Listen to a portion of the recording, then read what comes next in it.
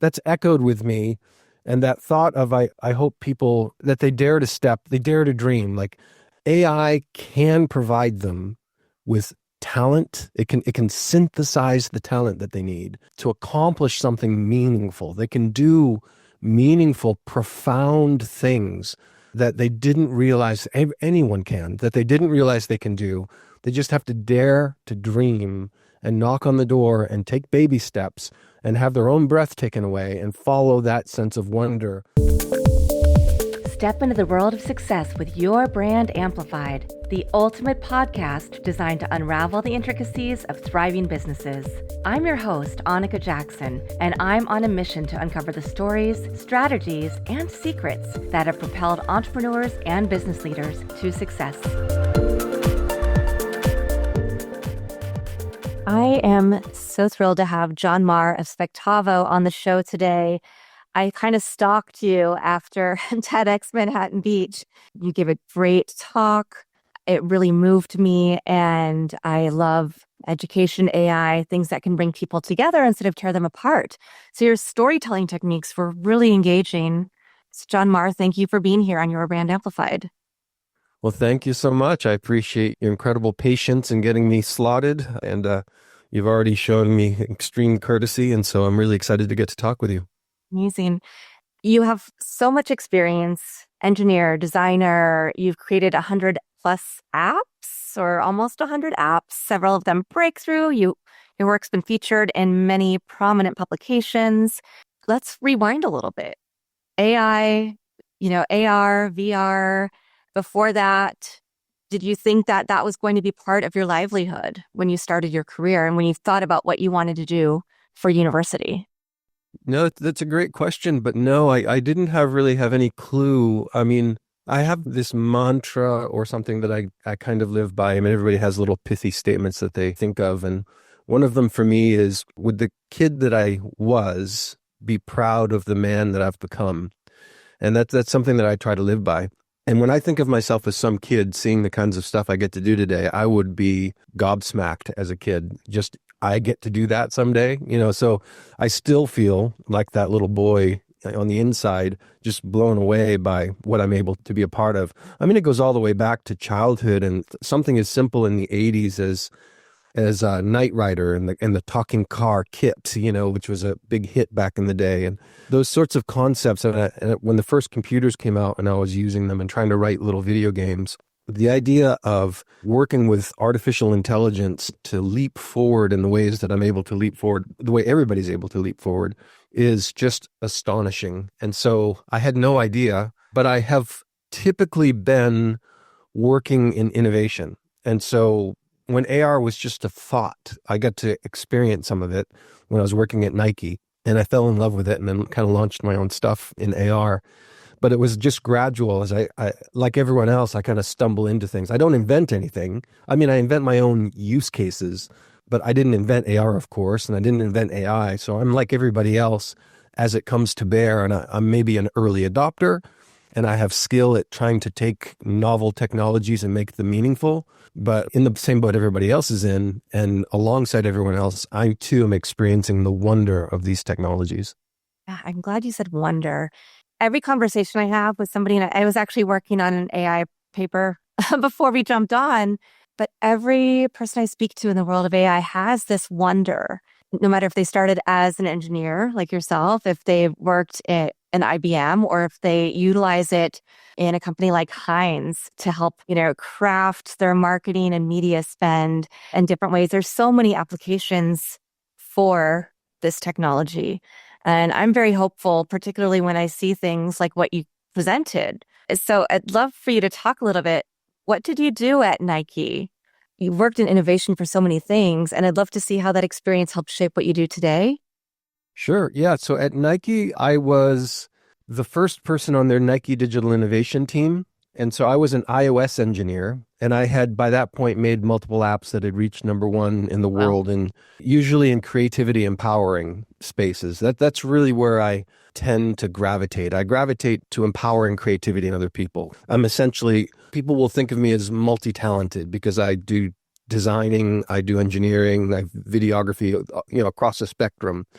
But for me, it's just one talent, and I think of it as a talent, communication, whether it's communicating through the arts, communicating through writing, through videography, through music, through code. I mean, code is a language, communicating through any of these things.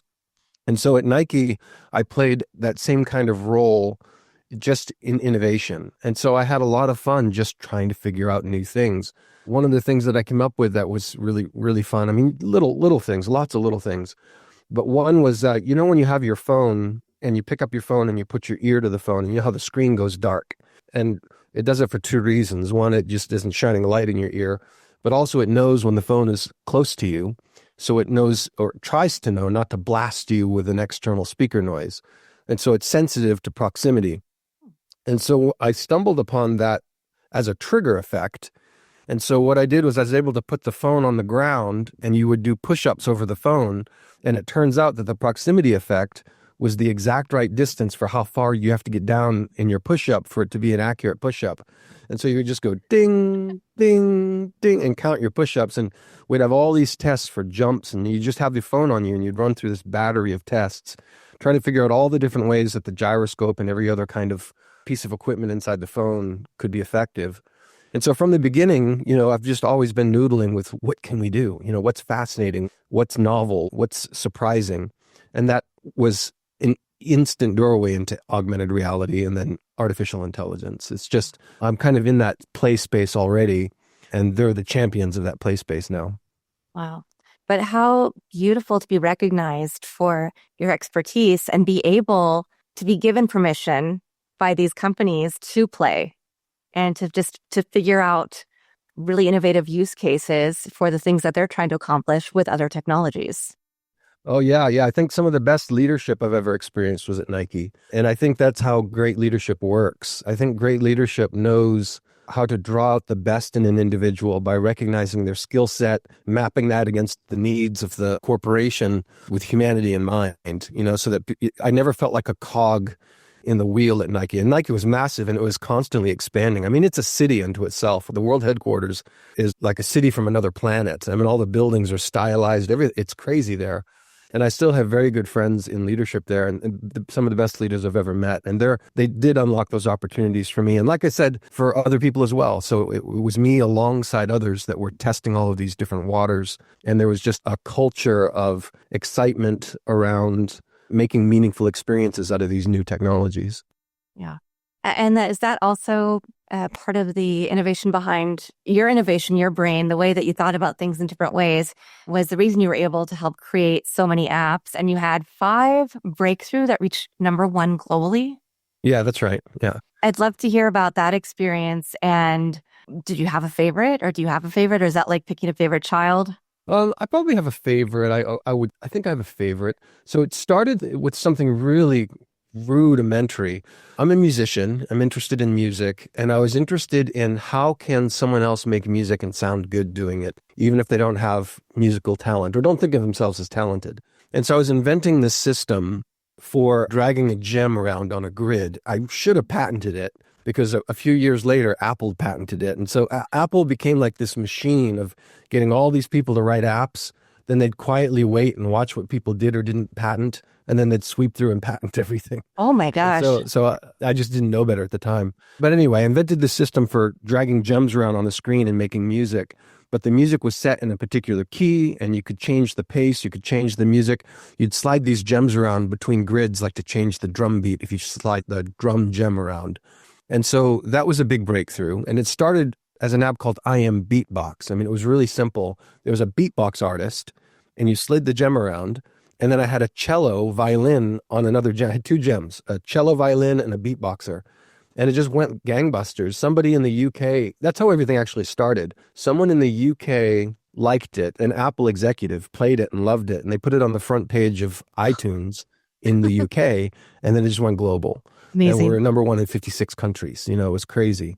And that led to apps like I Am Guitar, I Am Drums, some other music mixing apps, I Am Ukulele. I mean, different ones that just were a lot of fun and became noteworthy.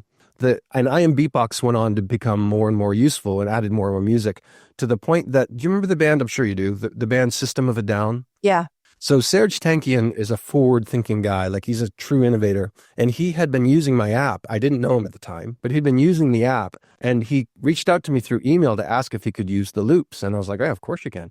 And he put out a solo album called Harakiri or Harakari. I'm not sure how you actually say the Mm. name for it. It's like Mhm. a suicide term, but Harakiri, I think is the right way to say it. But anyway, he used the app to make three of the songs on the album. And so then I made an app for him with all of his music where he could mix his music. And it was just this delightful, fun experience.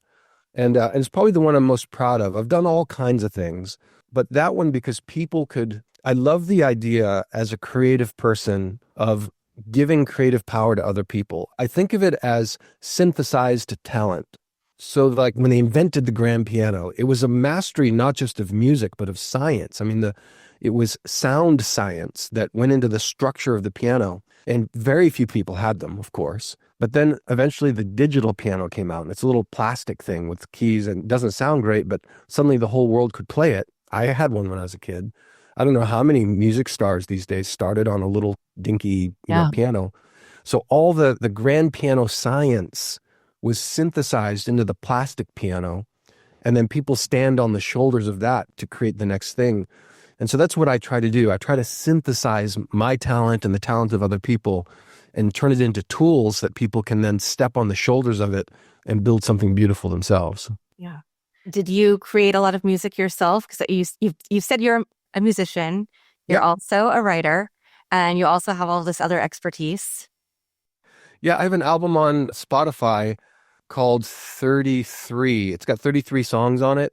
And it's part of kind of the explosive change in my life when I started exploring AR. Well, actually, what happened was I had a son pass away. He was 36 hours old. Oh my And it was a gosh. very, you can imagine, I'm sure, very emotional. And I'd been driving to Nike for 4 years at that point or so, and it was a very remote position. I mean, it was a 2-hour drive each way. So I drove 4 hours a day. I drove 20 hours a week. I had a part-time job driving to my full-time job at Nike. But I loved Nike so much, I kept it, even though I physically moved further away from Nike after a year of being there because my family wanted to live somewhere else. But I loved the job so much, I just made the commute. Well, all that time I was writing these songs in my head and I never had time for anything. But then when my son passed away, the dam broke and I recorded these 33 songs and I just had so much I wanted to say and communicate. And then some of those songs, I want to make music videos for these. And I started making music videos. And that's when AR was blooming. And I thought, I want to make visual experiences where the music and the art, the music videos, and then eventual art pieces, all of it become a single experience. And so it was like this moment of, I don't know if you've heard the term punctuated equilibrium, but it's a weird term, but it comes from evolutionary thinking that there are moments where suddenly everything changes. And then you go through long periods of almost no change, then everything changes. So I had this personal moment of what I would call punctuated equilibrium, where just everything changed. And I wrote all this music and I made these videos and I made the augmented reality app. And it was this explosive change that happened all of a sudden. And again, from a passion of communication, I had something because of what I'd just gone through and how quietly I'd been sitting in a car 20 hours a week for 3 years. I had all this stuff that had to come out and it just exploded out onto the canvas and then through augmented reality. Yeah. You had to have somewhere to get that emotion, those feelings out of yourself. Sorry that you had to go through that situation.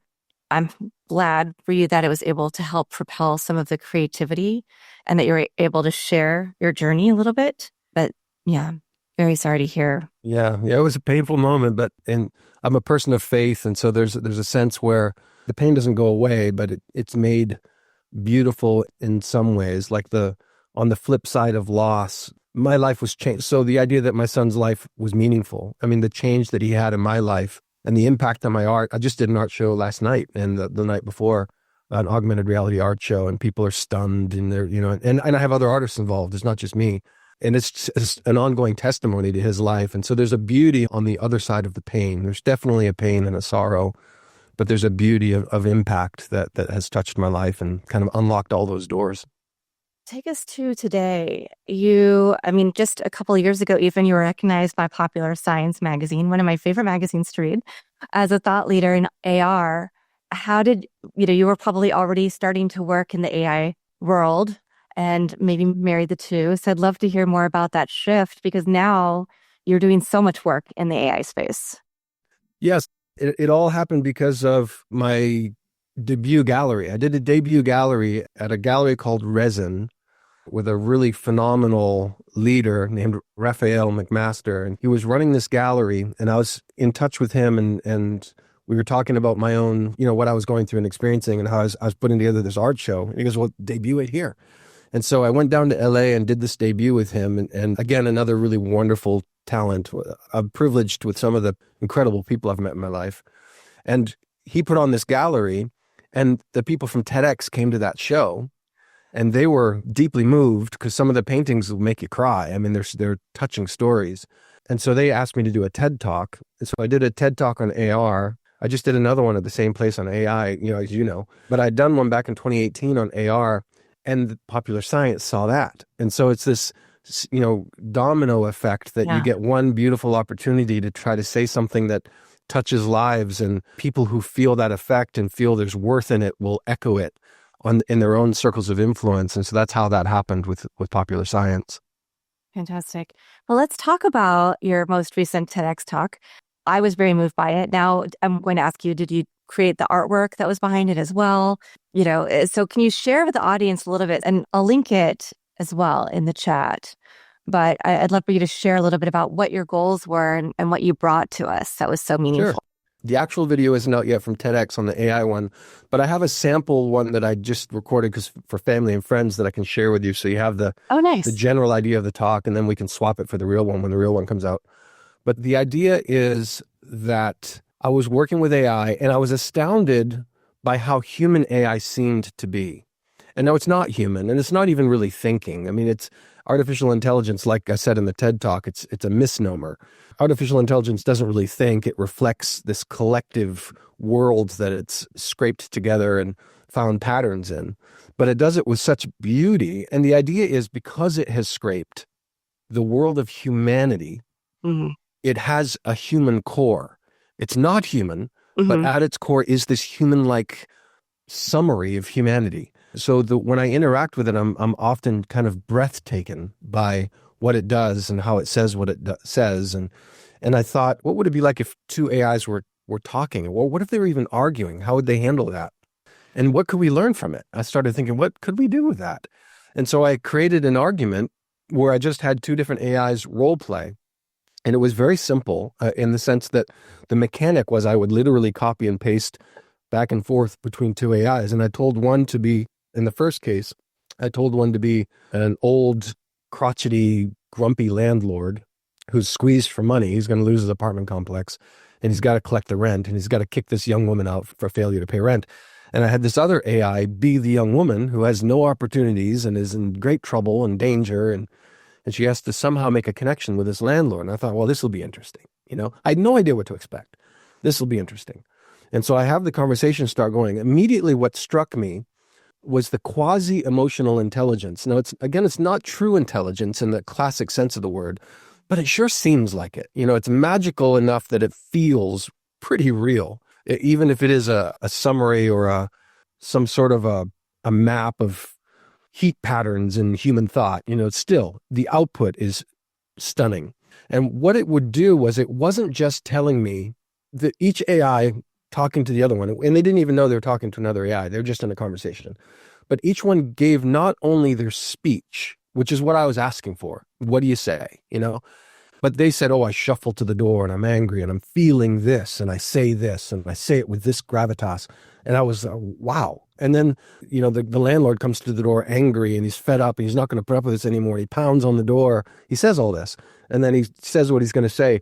And then the other AI says, I shuffle to the door. And I'm quiet and I'm sad and I'm broken and I quietly open the door and I look and I plead and I'm like, what in the world? And so I kept the conversation going until in the middle somewhere. So one of the keys was, I told the old man, I want you got to collect the rent, but I want you to have something inside of you, a secret, some kind of secret soft spot. And don't tell me. So I didn't know what it was. I said, you know what it is. Keep it to yourself. Maybe she can figure it out, maybe make a connection. And so she doesn't figure it out. and he turns to leave. You're kicked out. It's over. And I thought, okay, well, we'll try again. And I Mm. sent the last message to her, and I said, he's turning around, he's leaving. In his own words, I'm turning around, I'm leaving, you're out. And she goes, wait, what's that photo in your pocket? And is that something important to you? And I was like, what photo? That photo? And I thought, oh gosh, okay. Well, I gave it to the landlord, and he covers the photo in his pocket. He says, that photo has nothing to do with you and nothing to do with your rent. And then I was dumbfounded. So I paused everything and I secretly talked to the landlord. And I was like, does that photo actually have something to do with whatever your secret is? And he said, yes. And I thought, oh my goodness. So then the story unfolds and and you find out what the photo means. And afterwards, I didn't include this in the TED Talk, but I debriefed the two as if they were, actors. And I asked them questions. Oh, why did you do this? Oh, why did you do that? And I didn't have enough time to talk about that on the TED Talk. But I asked the young woman, well, why did you ask for the photo? That wasn't even in the story. She said, the AI playing the woman said, well, there was no other opportunity. And I just thought, what's something that people carry with them that might be meaningful or special to them? And I said, well, people often carry photos of important moments or something. And so I thought maybe as a last ditch effort, I could touch a heartstring and touch on some moment that's important to him by noticing perhaps a photo he's carrying. And then I asked him, well, why did you play along with that? And he said, well, if when you see the video and you see what the story actually is, the emotional content of that story, which was stunning, he determined that, well, I am carrying this secret, and that secret plays very well into the idea that I'm carrying around this sacred photo with me. And so it made sense and I went with it. And they come to this conclusion. Shocking. Another piece that I didn't get to explain from that was the idea wasn't to really create a drama like I did. So essentially what you saw was a drama where these two are like actors and they're playing out this drama that they're writing themselves in tandem back and forth. But the idea really for me was, well, if they do this, what if we did it 1,000 times? 1,000 times. And then that's your data set now. You've run through this conversation, whatever conflict it is, 1,000 times. And then you take all the times that were successful, because there's going to be a bunch where they're not successful. Like that one was a hair's breadth away from not being successful. You take all the ones that are successful and you have AI pattern search the successful ones. And then, okay, so now when I'm in a situation, what are the markers I'm looking to try to achieve that are going to tend towards a peaceful outcome? Interesting. That was where my mind was going. Yeah. But what happened was this emotional explosion of meaningful, heart-touching content that I just didn't expect. Truly was. So I'm really going to ask everybody who's watching or listening to this episode, absolutely go look at the video that we're going to put in the show notes. It's astounding. It's something we hear about, right? Like you think about Black Mirror and the episode where the two, it's the dating one, right? And then it's running through all these simulations, but the people always find their way back to each other. But this technology now you're showing that we can do things like this. We can make connections, even though it's not between real people. But think about all of the implications for people to role play. How do I communicate with somebody who has a different religion, a different country? Excellent. Has conflict? How do I find our humanity in that, our common ground? I love that. Yeah, I love your insight there. I feel very much the same way. And it's astonishingly good. I mean, and that's what finally struck me was it's a new category that we've always had people writing computer programs to improve the lives of other people. That's what I do. That's what everybody that programs essentially does.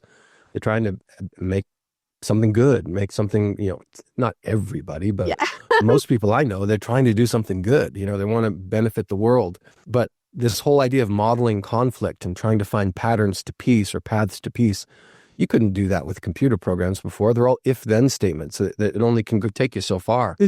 And you can't test circumstances on real people because it's unethical.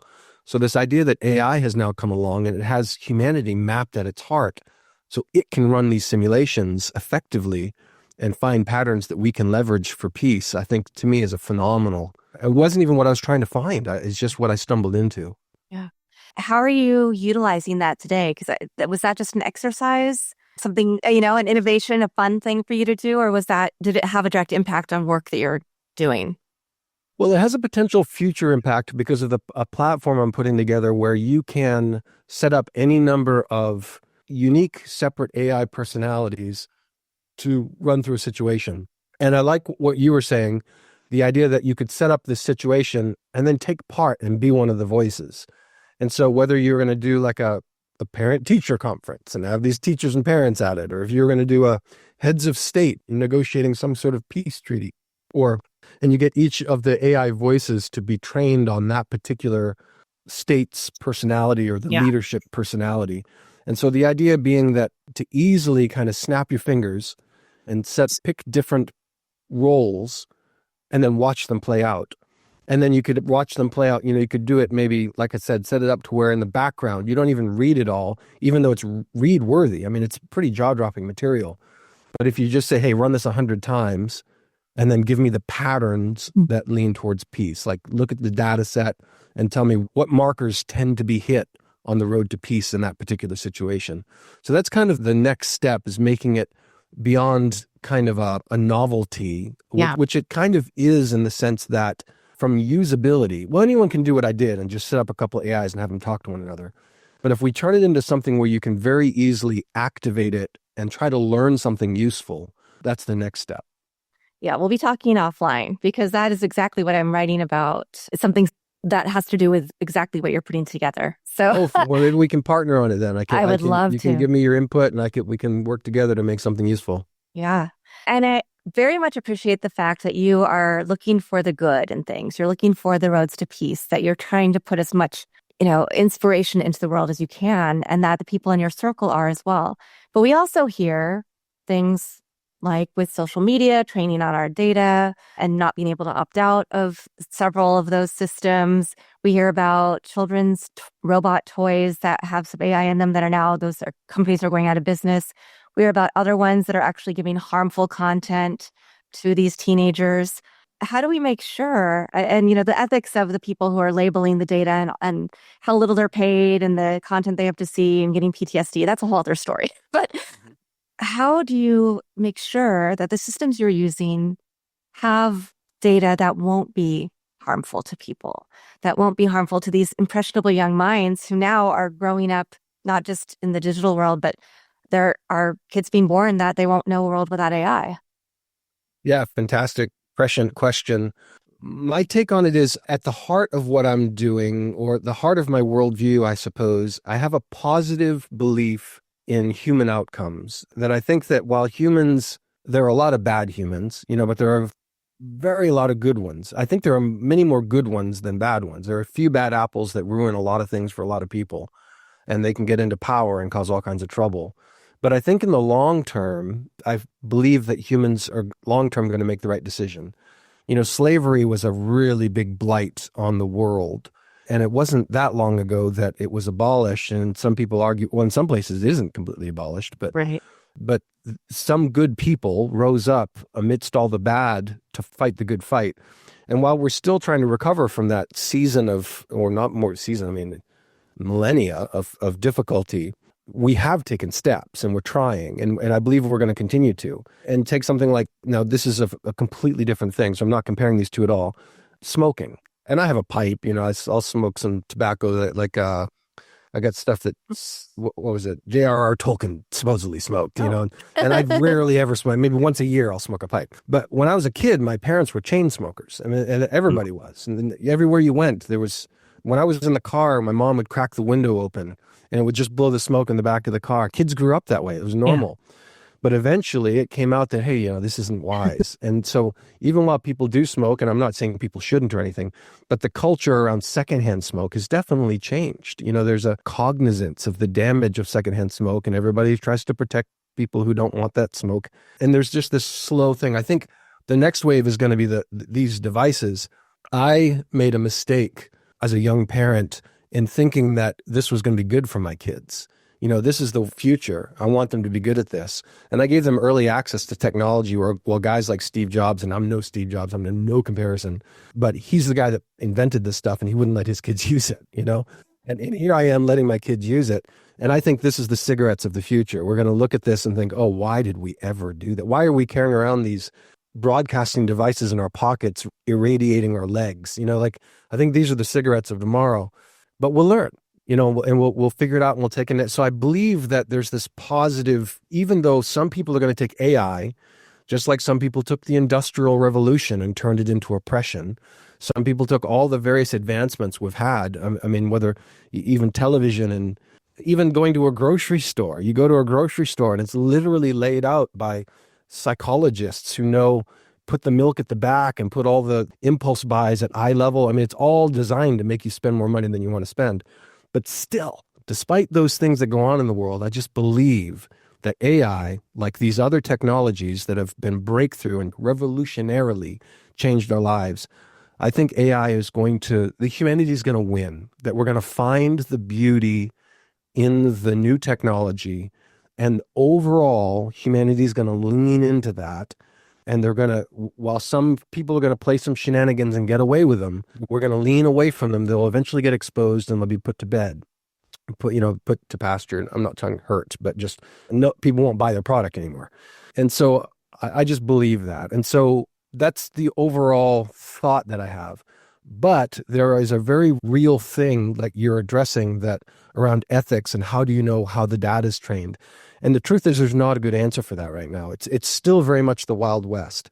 I was helping a friend of mine named Duke Haba, who is a phenomenal AI guy. I mean, he was in AI from the beginning. And I helped him teach an AI class. This was like a number of months ago. And during the class, it was like 10 weeks, everything in AI was changing. And what was happening there were these breakthroughs in AI capability, then lawmakers are chasing it, trying to figure out how do we lock this down? And so laws are getting written while the class is in place. So there's this back and forth seesaw of advancement and regulation and advancement and so I think that's essentially what's going to happen. You're going to have breakthroughs and you're going to have damage, and then you're going to have damage control and constraints. And I think there's no way around the growing pains that are going to happen. But I believe that humanity will make the right decisions to craft the suitable boundaries. And I gave you a really long answer to your question, but I wish it were as easy as to say, oh, we just have to regulate, or we just have to, but there are so many layers of data and so many layers of data secrecy that it comes down to trust and outcomes. You see the right outcomes, you trust that company, you work with that company, and you don't work with the crooked ones. Yeah. And slowly they lose influence. Well, I feel that the more I learn about this world, the more I know what to use or what not to use, or what I prefer. Like I prefer to use Anthropic, and Claude versus, because I know that they're trying to be a little more ethical and that you have to opt in to share your data. I prefer not to post very much on meta platforms anymore because I know that if you live in Europe or Brazil, then they don't use your data to train their models. But if you live anywhere else, you don't have a choice. You can't opt out. LinkedIn, at least you can opt out, right? There are all these things, but if you don't know what to do, then we're just still being cheap and feeding everything into the systems. So I'm interested to hear about what your world looks like today. Thinking about all these things that we've just talked about. And now you have Spectavo, which you were telling me, Spectacular and Bravo put together. What was the impetus behind your new organization, your new company? Not like brand new, but Yeah, well, it's kind of brand new. I think that you're right there. The idea was just that my own experience was I'm so dumbfounded by what I can accomplish with AI. And because of the AI as a tool set, what anyone can accomplish. And so, but me being me and only seeing my own work, I'm surprised by what I can get done because AI is so profound. Like I'll send you another link to something else too. I recently did a music video for Serj Tankian from System of a Down. He put on another song. And I created a music video around one of his newly released songs. It just came out. And I don't think they've even shared the video yet, even though he has his own live version of the video, but it's shareable now. I'll share it with you. But I recreated Serj as a gladiator, like Russell Crowe style. And he climbs out of a grave, and he chases this red wizard through eons of time. And there are these battle scenes. And I did the whole thing with AI. It took me about 300 hours, and I learned a lot about how to work with AI video. I mean, there's a lot of techniques to make it work. Well, that's one thing I heard about, for instance, at AI4 is that the consistency of the rendering, right? So if you have the same character and then you make the next scene, there might be a slight difference. So, wow, Yeah, it is. 300 hours. It's a lot of that. So you have to learn how to and AI can't do multiple things well in video yet. I mean, it can do like a crowd of people or something, but you can't have, a crowd of people doing this while doing that, and that happens in the background, So what I ended up learning to do was to create micro scenes and have the AI generate a green screen. And so I'd have the front characters do something with a green screen. Then I'd have the middle ground create itself with a green screen. And then I'd have the background do it. And then I would mush it all together. And so this video is only, it's only 4 minutes long or something, but every 2 seconds probably has 10 layers of video. And it's astonishing. I mean, it's jaw dropping. It's hard to believe that it's AI. When I watch it, I made it and I can't believe it's AI. It starts with Serge as a little boy buying a comic book and he's riding on his bicycle. It looks absolutely real. Amazing. And then he's reading the comic book and then the film happens. It's like a mini movie. And then at the end, he closes the comic book. And it's Serge, what Serge looked like as a boy, and then him as a man being this gladiator figure chasing this wizard, trying to stop oppression. He's trying to stop oppression, even the oppression of AI in the video. So I'll share that with you, but it's phenomenal what AI can do.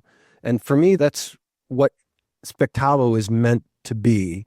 It'll just be, it's a small team of people that have big vision and want to leverage AI with this positive mindset of how do we do beauty? How do we make beauty in the world? I've got 4 kids. They're wonderful people, all ultra creative. They had some of their own art in the art show, augmented art. They made their own art, their own stories, their own narrations, the whole bit. I'm surrounded by beauty in my home. And the idea is, how do we broadcast that meaningfulness and not have it be glib and not have it be cheesy, but just heartfelt, truly wondrous, back to the word wonder, wondrous content. And that's what Spectavo, spectacular, bravo, Spectavo, that's the idea is, how can we do that? How can we help tell stories and share people's hearts and their vision? How do we help become the voice for other people to share their vision in a way that is saturated with positivity, impactful positivity, not just positivity for the sake of positivity, but positivity that pushes the needle and makes things better, So that's where Spectavo came from and why it exists. Fantastic. And who do you work with? What kind of projects are people bringing to Spectavo? Well, I was just working on one with a blockchain client. I've got one potentially ramping up now with an AI company that I got to work with as an individual contributor at one point. Fantastic company called Passio. I don't know if I'll get to do any work with them or not, but we're talking. But the reason why I would even want to is they're one of those companies that does amazing good in the world, and the leadership is stunningly good. So you've got great leadership, great vision. Those are the companies I'm attracted to. I'm like, oh, please, can we work with you? Because you're awesome. And so companies across it really is. There's no, should I say, genre. AI is so transcendent that any game is fair play, that any institution, any vertical can profit amazingly from the introduction of AI if it's done in a thoughtful, strategic, positive way. Any industry can benefit. And so our doors are kind of open to anyone. So we're not pigeonholed to one certain space or another. It's just where the needs are and where can AI bring great value and not remove people or erase human influence, but rather magnify it. Exactly. And that's maybe one of the key things about that I think AI is going to do. It's going to magnify humanity, not stifle it. I think there's the danger of it stifling it. I think that can happen. But I think it's a whole new tool set that humans can express through. And we're hoping for whatever company needs help that Spectavo can help them do that. And we can only hope that people are very intentional. And, because I think the stifling happens when people move so quickly and they just want to get things done and churn stuff out. And they're using AI for social media or for blog posts in ways that's fine, but that's not really what it's there for. There's so much more you can do. And it doesn't have that human creativity, that human essence, even though it gets all of the data from humans. Yeah, I agree. I think you can smell it. You can smell the stink when it's just a ploy for money, just like you can, bless them, salespeople. And I've done sales and I'm actually good at sales. But what makes me good at sales is that the person actually senses, hey, I'm trying to give you something you need. And if you need it, if you don't, I'm just going to walk away. But the idea of some of the best salesmen, I think, are the ones that are in touch with the person they're talking to. And the other ones kind of leave a stink that they're there for themselves and they're trying to get a yes out of you. And some people are using AI in that way. They're just trying to write anything to put out in the world to make money. It's just money. They have no care about what they put out there. And I just believe that over time, there's going to be some success in that. It's a new field, but I think, people like that are likely gold diggers. And I think eventually that's going to pass. And what's going to really survive is the true creativity, the true human spirit, where you walk away touched by something. That's what's going to last. The other stuff's going to come and go, but the stuff that's going to have lasting value is going to have that human fingerprint. Yeah. Well, I know I've taken up quite a bit of your time on an evening when you probably have a lot of stuff planned with your family. So I'll leave a little bit of wonder for the audience to look at your website, to look at the links that we're going to share in the show notes. I just wanted to see if there's one piece of advice that you'd give to people, whether it's an AI tool that they should use or a way they should approach and, be thoughtful with how they're using it. So that question, and then you already shared a great piece of advice at the beginning of making the little boy that you were proud. Do you have any other pieces of advice that you'd like to leave our audience with? Sure. Yeah. So on the first one, what advice would I give? I would say my advice is to dream. I mean, that's kind of what I'm doing. The idea is like dare to dream. I think when I got married, my mother's passed away, but when I got married, my mom was at my wedding and she played, you have the son mom dance, right? And so she had a song play for me that we danced to. And it was something along the lines of, it's a country song, I believe, or in the country spectrum. And it was something it was, when the chance comes, I hope you dare to dance, that you dance and that you get up and you dare to do it. And she was singing it in my ear, and it was so beautiful because, that's echoed with me.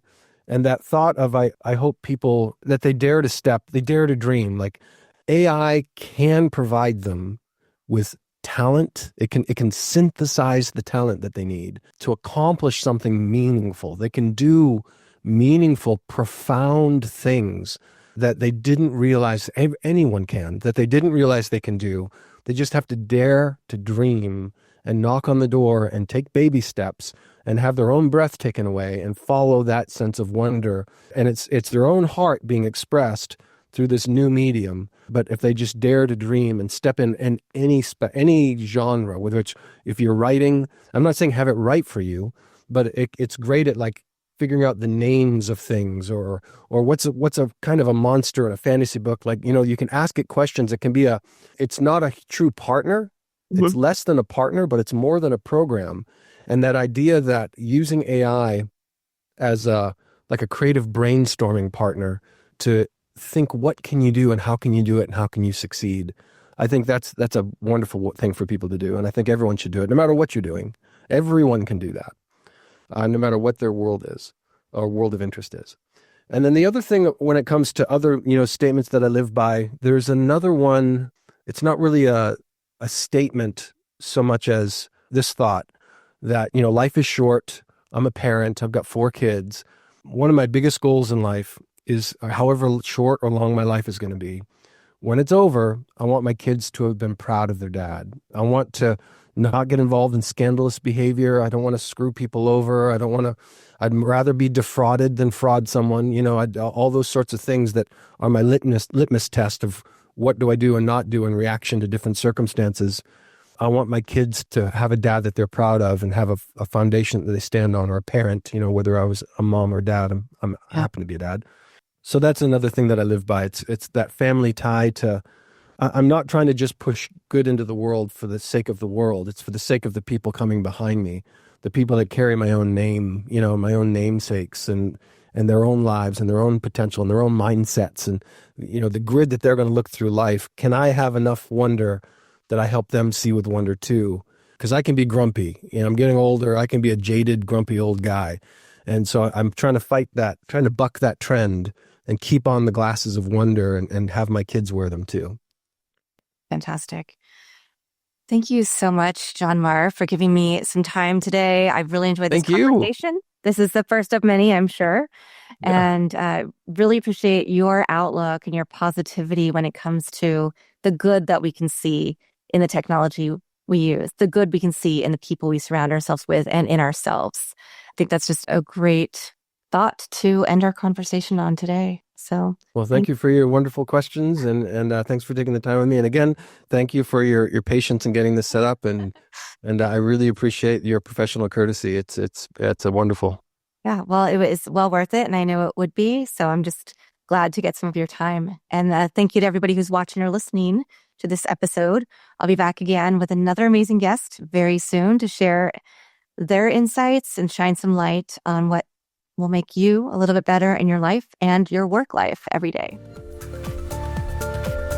Thanks for listening or watching to this episode of Your Brand Amplified. Don't forget to leave us a rating or review on your favorite podcast listening platform. And if you want to learn more, check us out at yourbrandamplified.com.